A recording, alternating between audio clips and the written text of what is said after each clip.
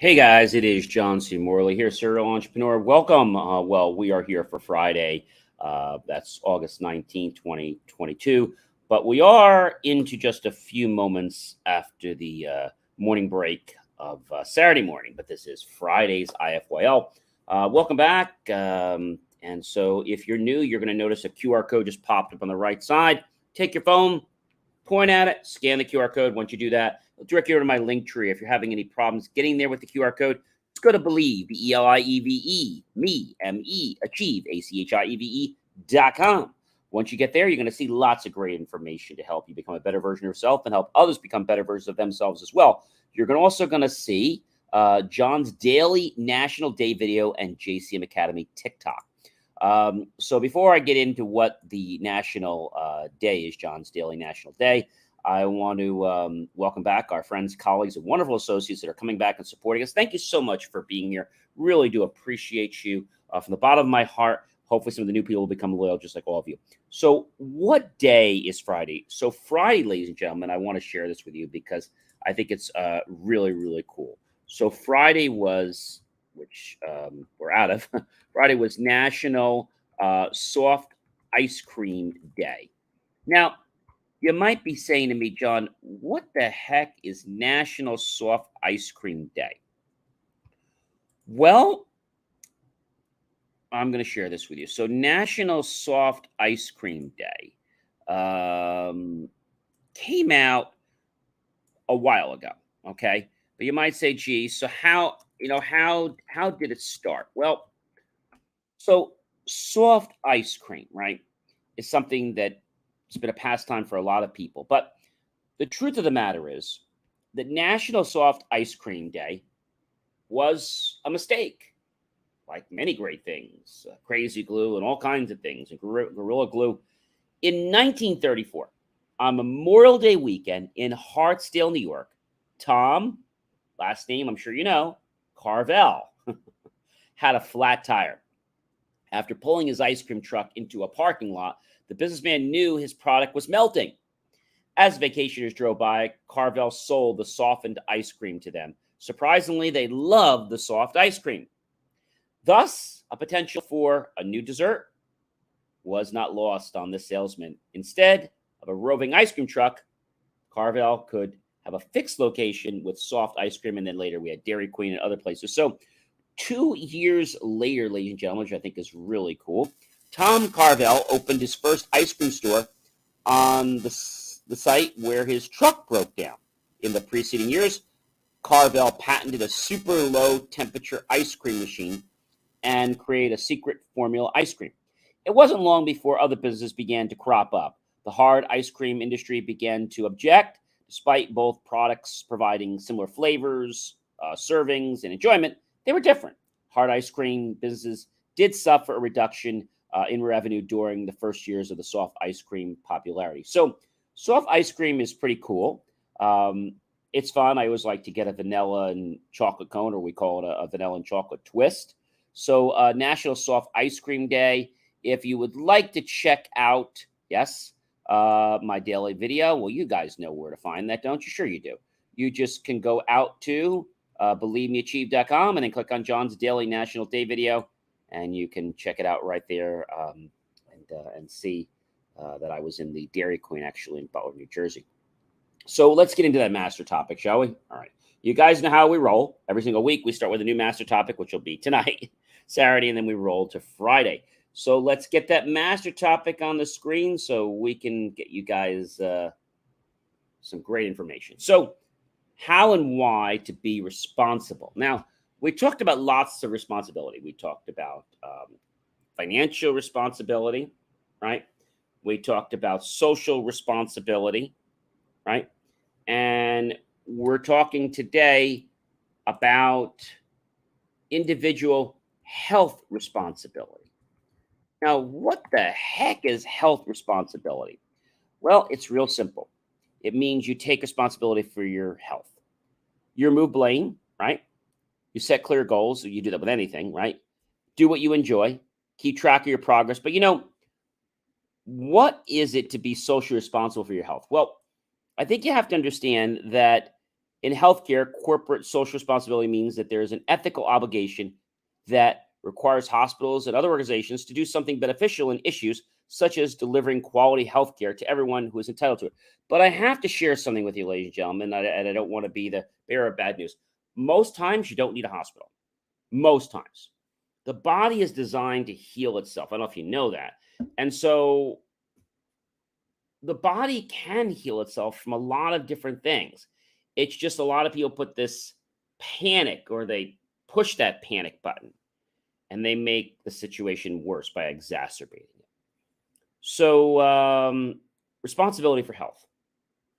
What do you put in your body every day? Now, I'm going to use myself an example. As you remember, I was close to 250 pounds about a year ago. And I had gone through 7 trainers. They were all useless. Now, I didn't really seem overweight. At least people didn't think I was overweight, but I knew I was overweight because I had a belly and I would always knock this cell phone off my belt every time I got in and out of my car. And so I wanted to lose the weight. I hired trainers. I fired them. They insulted me. They told me how to buy their crap and all kinds of stuff. And I said, you know what? This is just nuts. So I'd go up, I'd go down. I'd go up, I'd go down. And then I started to go back. I was like down as at 45. Then I was close to 48. And I was like, you know, I got to do something. What am I going to do?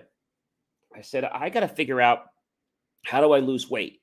The only way I'm going to lose weight is, ladies and gentlemen, to do something that most people don't do. You know what that is? That's to have fun during the process.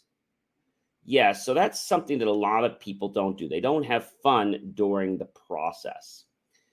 And I don't think it's because they don't want to have fun. It's just because they don't think they realize that you can have fun. So I'm here to tell you that when you have fun during a process, whether it's business, whether it's health, whether it's finances, whether it's goal setting, you're going to excel. You're going to do really well. Have fun through the process. And so what I did is I said, gee, you know, you can't starve yourself. I mean, I did things where I skip a meal, but that wasn't working. So I downloaded MyFitnessPal, which was great, but it wasn't enough. So then I had got this device that we'll talk about on another show that I would basically, you know, inhale. People thought I was vaping, but I'm not. And then I would blow out and then it would give me a number. And so I started to be very conscious about what my calories were. And I started to cut out bread, carbs. I still have it. Like today, I went out with a friend of mine and had some minestrone soup and had 1 stick of bread from Olive Garden. And then I looked for something healthy on the menu. I had the grilled chicken with plum tomatoes. That was like $5.70. And then for dessert, I had chocolate lasagna. Now, chocolate lasagna, I have to tell you, ladies and gentlemen, is a very expensive, calorie-rich dessert. So if you were to eat the whole thing of chocolate lasagna, that would be 950 calories. Well, I asked the server to break that into 3 pieces. Thus, my portion was 316 calories and 66, so 316.66.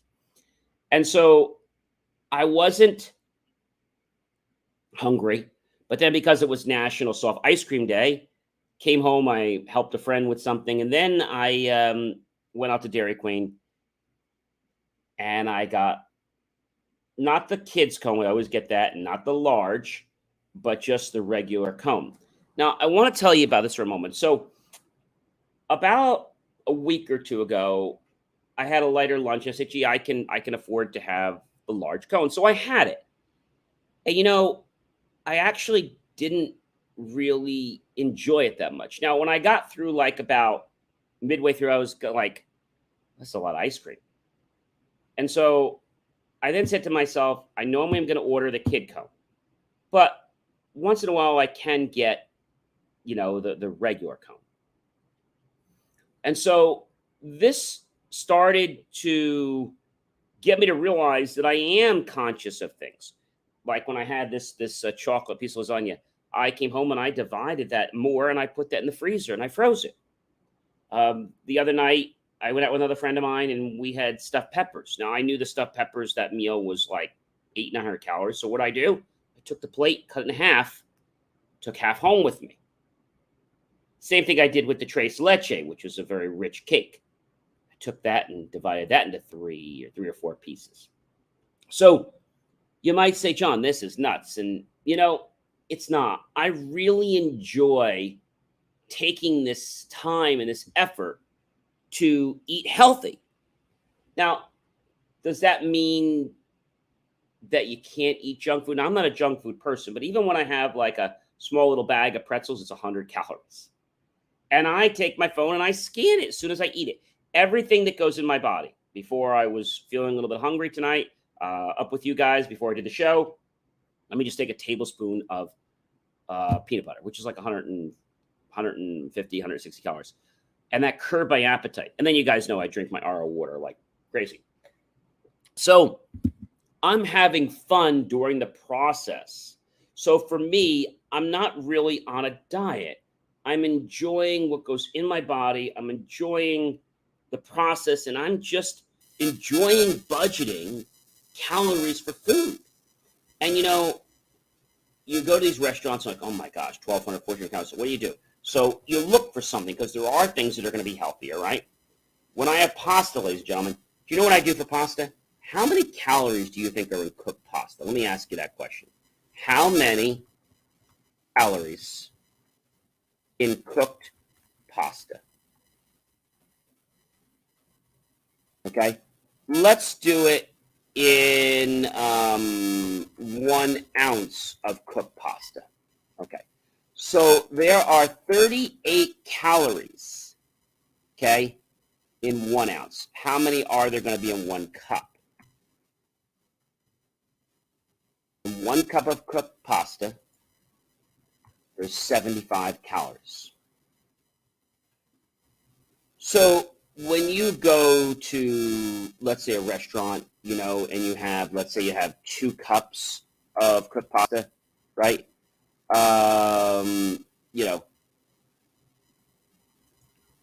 Understanding what it is a real important thing. So in 2 cups of pasta, roughly, this is like macaroni, right?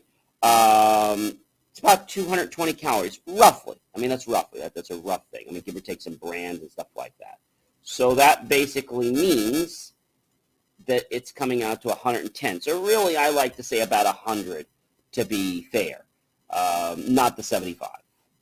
So if you have 4 cups of cooked pasta, you're eating, my friends, a lot. You're eating 440 calories. Now, most people, when they go out to have pasta, you know what they have? They have 8 ounces, okay? But what the restaurants a lot of times do is they want to give you this big portion, right? So if somebody gave you basically a cup of pasta, pretty easy to understand, right? 4 cups. But what if somebody gave you 7 or 8 cups of pasta? That's a lot. That's a lot. And you're talking about over 800 calories. Then you add the sauce on top. Now you're another 200 to 400 calories. And an average diet is around 22 to 2,400, roughly. I also have things like creamsicle pops, which are 85 calories, and I really enjoy them and I savor them. I have a cup of decaf tea, which has no calories. I'll have these pudding pops, which are only like 80 or 90 calories by Healthy Choice. And so there are things you can have. I have my plums, which are like 2 of those is like 60-some calories. And so you can have fun eating. It's just that if you're going to watch it, oh my gosh, you got to do that. I enjoy knowing that what I'm going to be digesting, I figure it out. Being an engineer, I love doing that. Now, you might say, John, are you going to get tired? No. I look forward to being healthy. Now, many years ago, I always wanted to be healthy. And when I was in college, I would burn off that weight all the time, right? Because I was walking around campus half the time, and I wasn't taking the shuttle bus. I was walking. walking back to the dorm and whatnot. So I burned that off pretty quickly. And I would have French fries. I would have this. I still remember at Jangers they had this big burger and it had bread. But I burned it off. But that burger, ladies and gentlemen, okay, was probably around. I'm gonna say the burger alone was probably around 500, and probably the bread was like another 350. Then I had the French fries. That's another 350. So I was eating close to 1,200. Oh, and then of course I had to have that piece of chocolate cake. So what was I doing? I was eating my calorie count in one freaking meal. So I think that's really what it is. You do everything in moderation. And when you start to realize that your body is responding, because you might say, John, I'm only doing this, but you're only doing this for a little period of time, that adds up. So like I had that ice cream. Now, I don't have ice cream every day, but because I know what it costs and I know the calories, I know it won't get me in any trouble. When I had that large vanilla ice cream cone, right? Only $1 more, but I have to tell you, I wasn't happy with it. I couldn't wait till I was finished. Part of me wanted to just throw it away, but I'm like, I didn't want to do that. But I was like, no, I'm not getting the large anymore. I'll get the small, or I'll always get the kid cone. And that's important to understand. Moderation. So do you know what you're eating? Being healthy responsibly is doing it for a couple of reasons. So one, I was annoyed with the cell phone always dropping off, but that was a health reason, right? I wasn't told that I had to do that. No doctor told me. I made a choice to become healthy. 30 years ago, I decided, actually a friend of mine, it was a business colleague, said to me, you can't stop drinking soda. And he made a bet with me. And it was a gentleman's bet. And we were at lunch.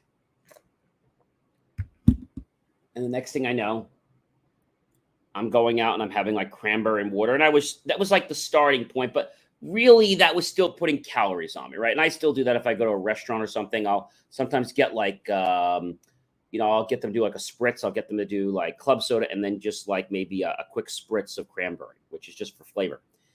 And so when I do that, that's great. And now I drink RO water all the time, reverse osmosis water. And so I drink water all the time. Like, I go through these things, what we say, like water, but I go through them very quickly. At the restaurant, I had 2 or 3 8-ounce glasses of water. And I just love consuming water. Do I have anything else? Yeah, I'll have some wine or Prosecco or champagne or something like that. But they're not my staples. Do I have soda? No, I don't have soda. What do I have? Do I have a 7-Up or a ginger ale? Yeah, the only time I'll have like a diet 7-Up or it's just a 7-Up will be like stomach. Sometimes you want to have something like that once in a while. But I generally don't have soda. I remember going to a party and they didn't have water. And I was drinking this 7-Up, which I normally would only drink if I wasn't feeling well. And I drank the 7-Up and I was like feeling like it was poison because I was drinking it more than just like sipping it. I was drinking it more. And so, obviously things like iced tea and lemonade, they have a lot of sugar in them. So if you want something like that, just know what it costs you. You see, and your body will start to crave things when you try a little bit of it. Like when I had the ice cream, for example, I have no desire to go have soda. No desire at all. I like my orange juice in the morning, which I count 45, 50 calories, and I have that, a small one, not a real grande one. And so I just start to appreciate where calories are coming from, where they're going, what they're doing, how they're working. That's pretty much what I do. And so if you can appreciate that, now why? Because I wanted to do what was right for me, for my body, so I could be healthier, so I could have more energy. So when I was going up the stairs, I wasn't out of breath. And so when I'm looking, you can't see, but I basically have no stomach, very little stomach. Like I'm sitting up here, and my stomach is totally inside my belt line. And so that, to me, is long-term gratification, and that is worth every ounce of effort that I put in. I think it's fun to watch what I'm eating. I think it's fun to figure out how I'm going to balance my meal or what I'm going to have or not have. And, you could take things home with you, right? Have fun along the journey. So being socially responsible, we talked about that, but being responsible, responsible for your health, you will make sure you put good things in your body, good nutrients, right?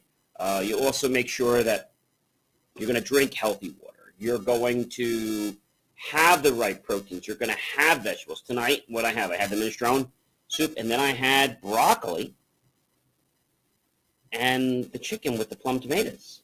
And that, ladies and gentlemen, was amazing. When you sit down to eat, do you think about what you're eating and what it's costing you?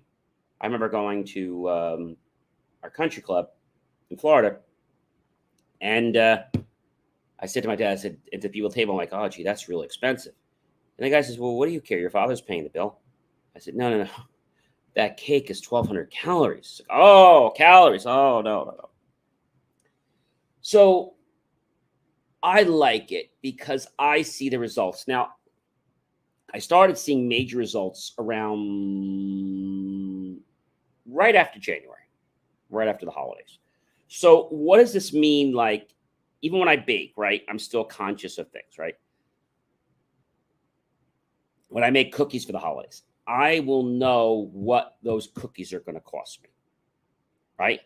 And I might just have one or two. I don't have a desire to have 10 cookies. I have a desire to have one or two. That's it. Now, sometimes you might have a few more, and then, maybe don't have lunch or don't have dinner or something like that. Also, I make sure I have plenty of protein, chicken, meat, no carbs, very little carbs, if any, vegetables, making sure that I'm keeping the body hydrated with water, making sure that I'm getting enough sleep, which I'm going to do right after this, and then also meditating. So a lot of people don't want to put in the time, they don't want to put in the energy. Why? Not because they're lazy, but simply because they don't think they have to. Now, I want to ask you a question, ladies and gentlemen. You're all in great health, and I'm sure you are. But let's say some of you might be, I don't know, putting on a few extra pounds and you like to get rid of it.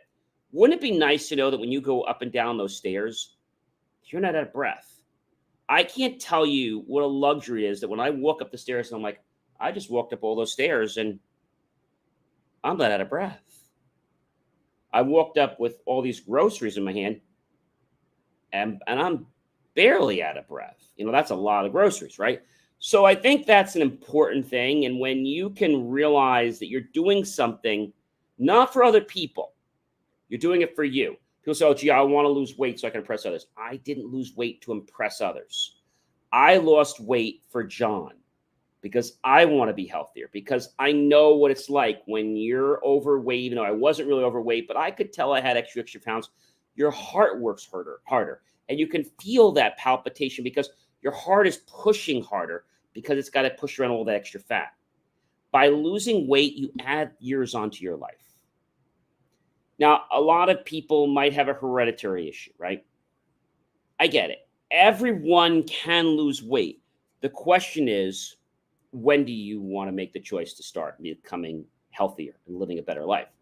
Because you might say, well, John, I can only do a little bit. I got news for you. Going to the gym every day, is it going to get you to lose all that weight? See, I thought going to the gym, and it's not. If you go an hour or two, it's not going to burn off. Yes, you could tone, you could do things, but that's not going to get all the weight. You'd have to be in the gym 4 or 5 hours. You go to the gym for 30 minutes, you burned off a cookie. That's right, a cookie. You just ate 6 cookies, and you went to the gym, and you burned off 1 or 2 cookies. See my point? So when your body starts to get in balance, it starts to realize that I don't want to do this. Why? It's really simple. Because I know what it was like. Now, how was it when I was a little bit overweight? Well, again, I didn't think I was overweight. I just felt that I could lose a few pounds. That's the way I always said it. I didn't think I was overweight. Nobody said I was overweight, but I could tell because my stomach was over the belt line, not behind it. And something I did the other day, which people that have a few extra pounds can't do? I can stand up and I can touch my toes as many times as I want. And it's easy to do for me. It's really easy. So we've talked a lot about responsibility. So there's legal responsibility, there's personal responsibility, right? There's family responsibilities. We didn't get into that too much of what you do for your family, your kin, and taking care of them, whether they need health care, they need clothing, they need love, support, guidance, right? That's another type of responsibility. You have your career responsibility, right? You have your social responsibility, which is doing what is apt in society. Now, I'm not telling you to become something you're not, but I'm just saying there's certain things you just don't do in society so that, you want to blend in. But again, I'm not trying to tell you to be someone you're not. I'm just saying when you do certain things, they might attract attention. And you don't want to attract attention, right? I don't think you do. So, what other responsibilities are there? Well, there is moral responsibility. So, what the heck is a moral responsibility? Well, that's a great question. What is moral responsibility? Well, if we have to break that down, moral responsibility um, is an obligation to help a friend, support a parent, um, respect others, autonomy as a moral agent, uh, doing the right thing even when you don't want to. We're talking about the car, and no one saw you, but now you pulled out and you accidentally just caused a slight scratch or nick. Do you leave a note? Say, hey, I pulled out, I scratched, I'm happy to have it fixed. It's the moral, it's the right thing to do. A lot of people get wrapped up into this. Let's see what we can get away with. And people get away with things, I notice, for a little while, but then eventually it bites them in the rear when they're not ready for it. So I hope this whole week has been an eye opener for you in that there are lots of responsibilities. Check out what they are, learn them, and make them a part of your life that you practice every single day. Just like I made the responsibility of health something I do every day, became a natural habit, and I just do it without even thinking. In the morning, I get up. At night, I do my planks, 3 minutes of planks on my elbows.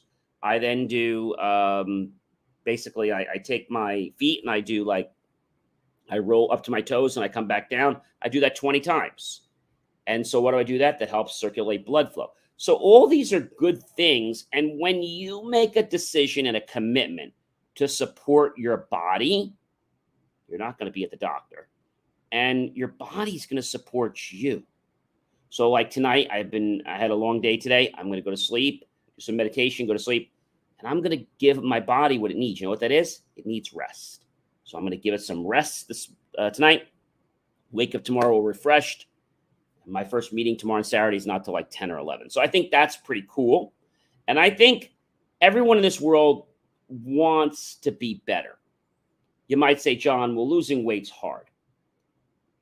I know it's not easy. But I said to myself, ladies and gentlemen, if I can lose weight, then I could do anything in this world. Now, it might not be tomorrow. It might not be the next day or the next week or the next month, but I could do anything I want. And if you just chunk at things just a little bit at a time, like the weight goal, I just kept chunking out a little bit at a time. And I'm like, well, I'll just do the best I can. And suddenly the weight just started coming off.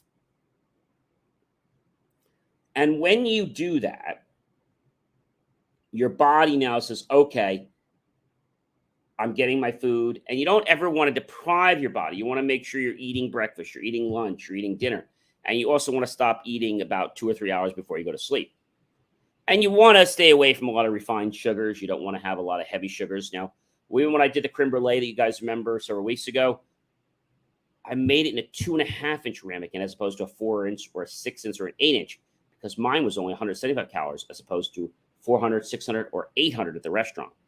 You see what I'm saying? So it's about making choices. When you want to be responsible, you make the choices to support the goal infrastructure that'll get you further ahead on your path and not backwards.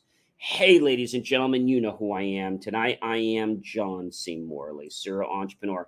It has been an amazing privilege, pleasure, and honor to be with you again this evening as we talked about how and why to be responsible. Are you responsible enough in your life? If not, it's never too late to start learning about being responsible in another area. It might just change the level of success that you see in your life.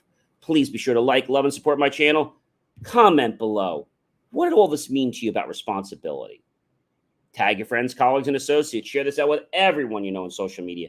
And then go to any one of my YouTube channels, John space C space Morley space serial entrepreneur, and look for that key phrase below. Help keep our content free. And make the choice, ladies and gentlemen, to click on the link. Buy my team and I a savory slice of watermelon, a refreshing vanilla and chocolate soft ice cream cone, or an icy cold drink. Either way, we'll be grateful with those pennies and dollars. We'll invest in new hardware, new technology, new equipment, new software, new staff, and even new facilities to give you the most jaw-dropping, motivational content to empower you to keep living an even better life than you have right now. I hope you guys have a great rest of your morning, because I know we're out of the night, depending on what part of the country you're in. And I'll be back tomorrow night with a whole new master topic that I know you can't wait for. Thanks so much for being loyal and watching my show. And remember, check in with some of these nuggets, because there's a lot here. And I want you to get every single bit of them so they can improve your life and those you care so much about. Have yourself a great rest of your night or the rest of your morning. Take care, everyone.